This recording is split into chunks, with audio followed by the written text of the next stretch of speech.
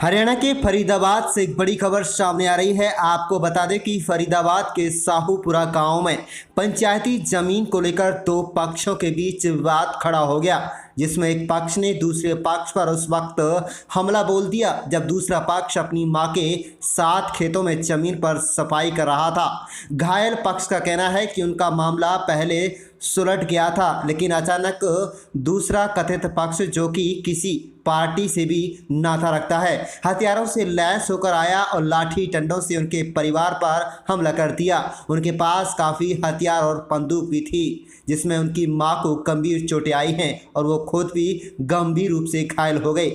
बताया जा रहा है कि वहीं इस बारे में पुलिस से बातचीत की गई तो उनका कहना है कि उनको सूचना मिलने पर वो तुरंत मौके पर पहुंचे, जहां कुछ जमीनी विवाद के चलते लाठी डंडों से एक पक्ष पर हमला किया गया है। पुलिस इस मामले में जांच में जुट गई है। आप देख रहे हैं अपने शहर की तमाम छोटी बड़ी खबरें। हमारे चैनल को सब्सक्राइब जरूर कर लीजिएगा।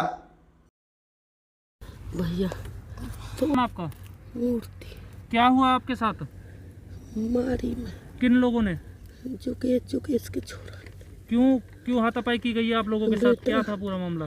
कुछ नहीं, मैं यहाँ सफाई करे उपरान को ऊपरा पाथने को बिटौरा को। किस चीज से हमला किया गया आपको ऊपर? भैया डंडा एक और ही रोक के कहा के मेरे हाथ पाम तोड़ दिए सब। क्या चाहते हो आप लोग अब? भैया मो तो बस आगे भी खतरा है, कोई अभी की बात थोड़ी ना। मेरा तो इकलो बालक है, रांड बीर बानी हूँ, मैं कहाँ जाऊंगी? उन्होंने धमकी दी है तुझे वन जो कह दी खत्म कर देंगे तेरे बेटा। ये जुगेश ने बोली थी। जुगेश के छोरा ने उठवा देंगे तो मेरे 3 बेटा, एक आध मर जाए को कुछ ना हो, पर तेरो बीज नाश खो देंगे। बीजेपी को नेता जी। मेरा नाम जितेंद्र कुमार, हल्का अध्यक्ष लोकतंत्र सुरक्षा पार्टी से। क्या हुआ था जी यहाँ पर? मैं आज सुबह अब मम्मी के साथ अपने साथ आया था। 3 बच्चे में छोटे छोटे फावड़े, एक कुल्हाड़ी थी जिसकी मैं अपनी सफाई कर रहा था। मैं बड़े बूढ़े ने पाथरा गोबर वगैरह सफाई कर रहे थे अपने यहाँ पे लोट की। उसके बाद हमने तरोई मिट्टी मंगाई थी। उसने दबंग आदमी नैनपाल का नाम ले रहा था, विधायक बीजेपी का जुगेश नाम है, वह लगातार ब्लॉक मेंबर था। हमारी कानून कार्रवाई हुई पहले, जब हमारा समझौता हो गया। लेकिन आज मौजूद उसने अपने दोनों लड़के, एक लड़का फौजी है, एक दूसरा छोटा तो नहीं था, एक बड़ा अपने खुद डंडा था, रोड फौजी पे रोड थी, उस पर डंडा था छोटे पे। पिताजी पे सारे पिस्टल मारूं, कारी सी चीज़ ही मेरे पर पिस्टल है, बंदूक है, क्या हथियार था इस पर। उसने आकर मुझे धमकी फमकी, मैं मम्मी के रोड फोड पिस्टल, गोली तो नहीं चलाई इसने, हाँ था हाथ में उसमें। ये थी सब कहानी। ये इसने, हम अपनी सफाई कर रहे थे, ये सफाई हम अपनी सफाई कर रहे थे, उसके फिर दबंग आके आदमी आके हम मारा पीटा सब। कितने लोग थे वो जिन्होंने हमला 3 किया थे सर? सर। किस चीज से हमला किया आप लोगों को? एक रोड थी, एक पिस्टल थी, एक डंडा था सर, जिसके हमारे निशान पर रहे रोड के और डंडा के। पिस्टल के उसने चलाई नहीं थी क्या सर। पुलिस को सूचना दे दी गई थी? दी थी, वो नौकर तुम ही आ जाओ। पुलिस बाद में आई थी, जब मैंने मीडिया के सारे में मीडिया आ रही है, मीडिया पहुंच गए, फिर पुलिस बाद में आई है। आपके माध्यम से धन्यवाद करता हूँ, आपके माध्यम से मेरी सुनवाई होगी। पुलिस मेरे सामने कर रही है।